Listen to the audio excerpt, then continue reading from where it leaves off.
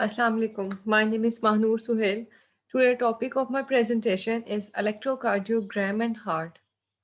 First of all, electrocardiography. What is electrocardiography? The process of recording the electrical activity of the heart over a period of time using electrodes placed on a patient's body. Like in this diagram, you can see these electrodes are connected to the body of the patient. The these electrodes detect the tiny electrical changes on the skin that arise from the heart muscle depolarizing during each heartbeat. Now, there is another term electrocardiogram. What is electrocardiogram? Electrocardiogram is a test that checks how your heart is functioning by measuring the electrical activity of the heart with each heartbeat. An electrical impulse travels throughout your heart. This wave causes the muscle to squeeze and pump blood to the heart. Next. Today we will talk about the simplest way of doing the ECG interpretation. Before we talk about the actual step, I am going to discuss some important concepts of what's going on inside our heart as it generates a heartbeat. The first concept that we are going to discuss is the conduction system of the heart. This in the conduction system of the heart, these special cells, this and this, right, the special cell right here are responsible in conducting signal that causes the heart to contract. The first cell is called this is the first cell which is called the sinoatrial node right here, or the sino by its name sinoatrial node. This cell is found within the right atrium of the heart. This is where the beginning of the conduction take place. So from the SA node the conduction goes to the AV node, atrial ventricular. By its name, it can be found in the right atrium and right ventricular. Between right atrium and right ventricle, it means in the border of the both right atrium and right ventricle. There here, AV node is also called as gatekeeper of the heart. And the reason behind is that it gets to decide whether what impulse to let through. So if a SA node generates a weak impulse or there is a block here somewhere, the AV node will perceive that and will decide not to let the impulse go through, and instead it will conduct its own impulse source from the AV node. It goes to the single structure right here called the bundle of His. This single structure is the bundle of His. From the bundle of His, the cell will further divide it into two parts, one to the left and one to the right. This will call as right and left bundle branches. Now from these branches, they will extend within apex of heart. They will be called as Purkinje fibers. Now let's talk about ECG. It has different parts. We will start with a small bump right here. This small bump is called as P wave, followed by a large structure right here called the QRS complex. This is the QRS complex. Next to the QRS complex, we have the T wave. Let me discuss them one by one. Let's start with the P wave. The P wave represents atrial depolarization. During atrial depolarization, the two atria are contracting. Next, the QRS complex, which is representing the ventricular depolarization. During this, ventricles of the heart are contracting. Depolarization is for contraction. So lastly, we have the T wave. The T wave represents ventricular repolarization. This is when the ventricles are relaxing, keeping in mind that every depolarization is always followed by repolarization. So for every contraction will be followed by relaxation. Now atrial repolarization is found in the QRS complex. As you can see, the QRS complex is a tall structure. Now at the end we conclude that P wave is representing or control atrial depolarization. The QRS complex is representing ventricular depolarization, and the T wave last is representing ventricular repolarization. Now we can talk about different segments and interval in ECG diagram. There are a bunch of starting off with a like PR interval, PR segment, QRS complex, ST segment and QRT interval. But to make it easy, I'm just going to talk about PR interval and the QRS complex. These are all we need to do ECG interpretation. The other segments are important, but we don't need them to interpret the ECG faster and more efficient. Next is the ECG strip. So this is the typical ECG strip. In this strip, we have a big box, like this is a big box, and we assume that there are 5 small boxes within a single big box. One small box is equal to 0.04 second, and one big box is equal to 0.20 second. Next, steps of ECG interpretation. There are 6 different steps of ECG interpretation, like identification and examination the P waves, measure the PR interval, measure the QRS complex, identify the rhythm, determination of the heart rate, and interpretation of your strip. This is the last step. Now, first we will discuss the examination of the and identification of P waves. If the P wave is absent or inverted, then it could indicate a form of dysrhythmia such as junctional rhythm. This is the P wave. Okay. Next, we are going to measure PR interval. PR interval. The PR interval is the distance between the beginning of P wave and the beginning of QRS complex. This beginning of P wave and beginning of QRS complex, the distance between them is the PR interval. What we do is we count the number of small boxes in between and multiply it by 0.04 second. Our final number for this is 0.12 second.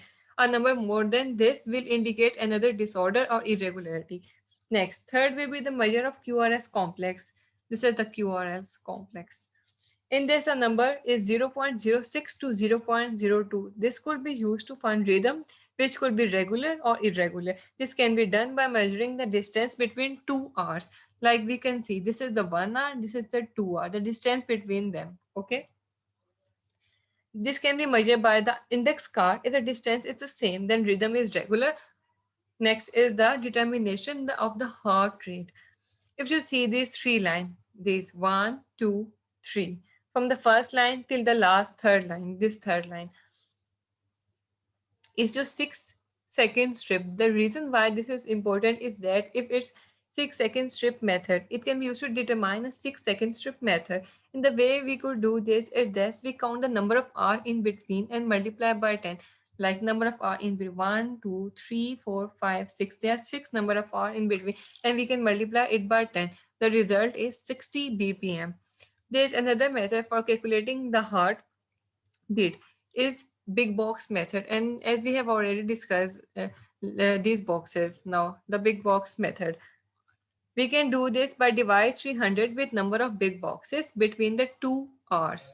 Already discussed, there is 1 R and this is the second R.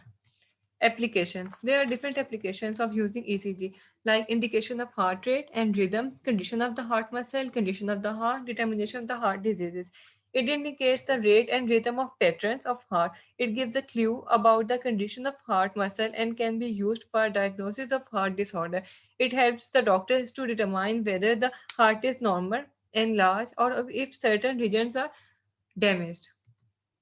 The next topic is electricity in cell membrane. Let's first discuss what is electrical potential of cell membrane. In simple language, the cell membrane has 2 parts, the interior part and the exterior part. We have different ions inside and outside the cell membrane, which may be sodium, potassium, or any other ion. Due to these ions, a potential is created in the cell membrane. This potential is electrical or membrane potential.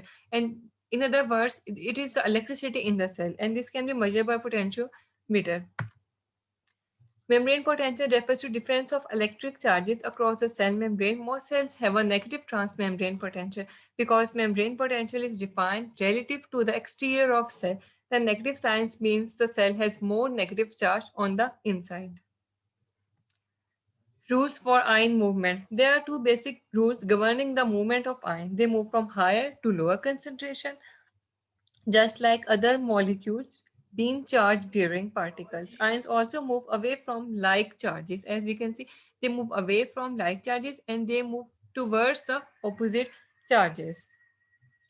In case of third membrane, there is a third factor that controls ion movement, the permeability of the membrane to different ions. Permeability is achieved by opening or closing passageways for specific ions called ion channels. Permeability can change when the cell adapts to a different physiochemical state. In this example, you can see solutions of different electric sample like solution number 1, 2, and 3. Concentration of sodium chloride is separated by a membrane. If this membrane is equally permeable to both sodium and chloride, both ions will diffuse from higher to lower concentration, and the two solutions eventually have the same concentration. Note that the electric charges remain the same on both sides and the membrane potential is zero. Now let's assume that the membrane is permeable to the positively charged sodium ion, letting them flow down the concentration gradient while blocking the negatively charged chloride ions. As you can see in this diagram, it is blocking the negatively charged chloride ion, and it is only letting the positive charge ions inside it. In this way,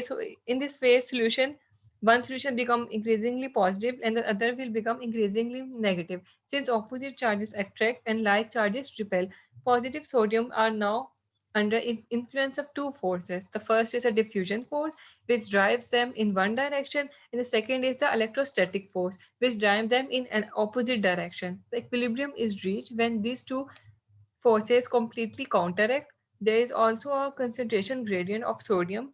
The two gradients are driving the sodium in opposite direction with exact same force. The voltage established at this point is known as the equilibrium potential for sodium. Next, a typical resting neuron maintains unequal distribution of different ions across cell membrane. These gradients are used to calculate the equilibrium potential. The positive and negative signs represent the direction of membrane potential. Because sodium gradient is directed into the cell, its equilibrium potential must be positive to drive its sodium. Out potassium has the reverse concentration gradient. Hence, negative equilibrium potential chloride has same inward concentration directed at sodium, but because it is a negative charge, it requires a negative environment inside the cell to push it out. The resting membrane potential of neuron is about minus 70 MV. This minus 70 MV. Note that only chloride has the equilibrium potential near this value. This chloride has the equilibrium potential of minus 70 MV. This is because there is an active transport to keep sodium and potassium out of equilibrium. This is carried out by sodium potassium pump. As you can see in this diagram, sodium potassium exchange pump, which constantly brings potassium in and pumps out sodium out of the cell. The resulting resting potential, while costly to maintain, is essential for generation of action potential where the coil is stimulated. Thank you.